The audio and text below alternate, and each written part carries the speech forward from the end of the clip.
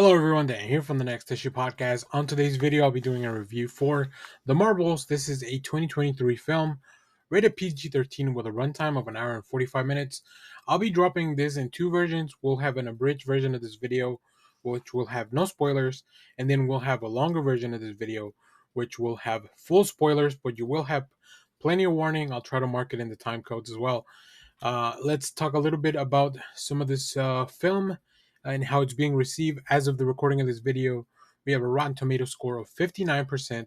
We don't have an audience score yet, but we do have a letterbox average rating of 3.0%, 3.0 stars. So yeah, pretty aligned. I mean, 59 sounds bad, but that is just a 3-star movie, which I don't think that's bad. I think to me the movie's a little bit better than that, but yeah, a quick synopsis for this film. Carol Danvers, aka Captain Marvel, has reclaimed her identity from the tyrannical Kree and taken revenge on the Supreme Intelligence. But unintended consequences see Carol shouldering the burden of a destabilized universe. When her duties send her to a wormhole linked to a Kree revolutionary, her powers become entangled with that of Jersey City superfan Kamala Khan, aka Miss Marvel, and Carol's estranged niece, now Saber astronaut Captain Monica Rambeau. Together, the unlikely trio must team up and learn how to work in concert to save the universe as the Marvels. This film is directed by Nia DaCosta, written by Nia DaCosta, Megan McDowell, and Elisa Karasik, and it stars Brie Larson as Carol Danvers, aka Captain Marvel, Teyonah Parris as Monica Rambeau, Iman Vellani as Kamala Khan, aka Ms. Marvel, Samuel L. Jackson returns as Nick Fury. We also have Sawi Ashton as Dar Ben, who is our main antagonist for this film. Um, so yeah, this is as the synopsis mentioned, uh, this is, to me, it was a really fun movie. Like, I was entertained all throughout. It's not perfect, and we'll talk about that in a second. But with a runtime of an hour and 45 minutes, we check all the boxes, we tick all the marks, um, and still end up with plenty of really fun sequences. I think this almost feels to me like a buddy comedy at some point, right? With obviously very different women that are trying to learn, like, you know, who their powers are, or who they are, who their powers are, how do they connect each other, just trying to learn how to work together. Obviously, also we have the responsibility of Captain Marvel, how she feels like not only does she want to save the universe, but she's also kind of responsible now for everything that's going on over here. We have a lot of fun set pieces, really cool action sequences, little montages of stuff that'll just kind of make the film flows overall pretty smoothly. We go from one place to the other, continuing the action. I will say there are some places that, although the story is very linear, the movie feels a little disjointed.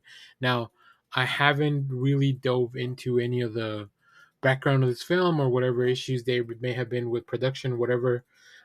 Especially with the strike, with when it comes to like rewrites or reshoots or all that stuff, whatever. Like, I didn't delve into any of that, so I just know that the film feels a little bit disjointed. Also, it's one of the shorter films on the Marvel, like on the MCU, which to me, this tells me that they really wanted to focus down, and maybe there's some studio interference there into making that film fall under 2 hours. But the time that we're there with these characters, I think it's really fun. Like, Iman Vellani, I think, to me, is the MVP of this.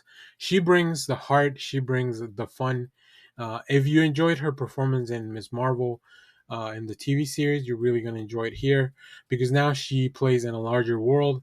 She's getting to meet her hero, but that also comes with the whole, edict of maybe don't meet your heroes because they may not live up to that. So she has to kind of deal with that and trying to reconcile those feelings.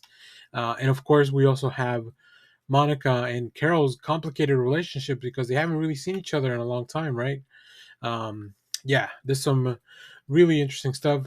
We go on some, I would call them side quests that maybe they don't really add much to the film. They're still kind of fun to watch. I think I actually really do want to watch this movie again. Um, because I want, now that I know the story and now that I know all the beats and even some of the surprises, like I want to know, like, okay, did I really enjoy this film as much as I think I did, or am I just kind of like, this is the first time you see all this stuff, so it's still pretty shiny and new, which is still an accomplishment of its own. I think I will say the villain, Dar Ben, is very one dimensional, very flat.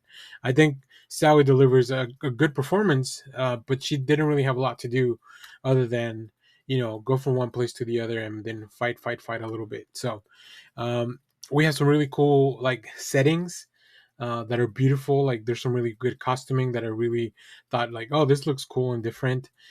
Some interesting places that we visit in this film. So I think overall, like, although the stakes maybe were not as high as the film wanted us to feel like they were, um, I still had a really entertaining time. Like I just had a good time at this film.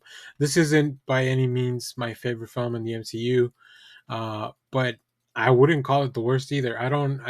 I've seen a little bit of the online discourse of this film, and I don't understand why people don't like it as much as they think they do. I think they do like it, but it feels like almost it feels like in the internet nowadays you can't be like in the middle ground or just like something just enough.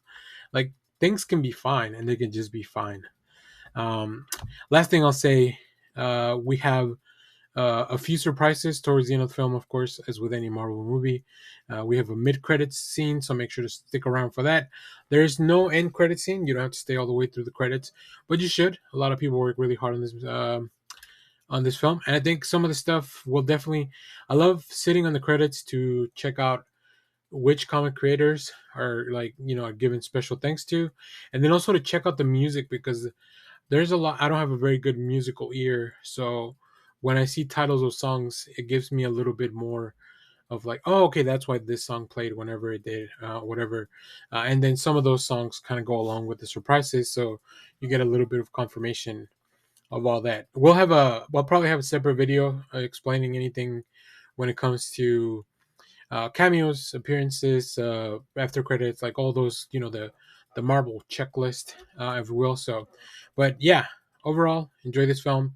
I would put this around a 3.25 stars, which I think it's a fair score as well. Like I said, this isn't the best. This isn't the top tier Marvel film, but I also don't think it's at the bottom. And even the bottom films, to me, like they're still not the worst. But yeah, this is kind of like I would say middle of the pack. It really was reminiscent of like some of the stuff we saw in Phase One, where it was like, oh, this film could just kind of stand on its own for the most part, and still like you don't need to know a lot coming in, you don't need to know a lot going out. You could just enjoy this film for what it is. Like I said, I think my favorite part of this film was the dynamic between Brie Larson, Teyonah Parris, and Iman Vellani. Like Iman Vellani was the glue that kind of held the group together, so that was very enjoyable. So there you have it.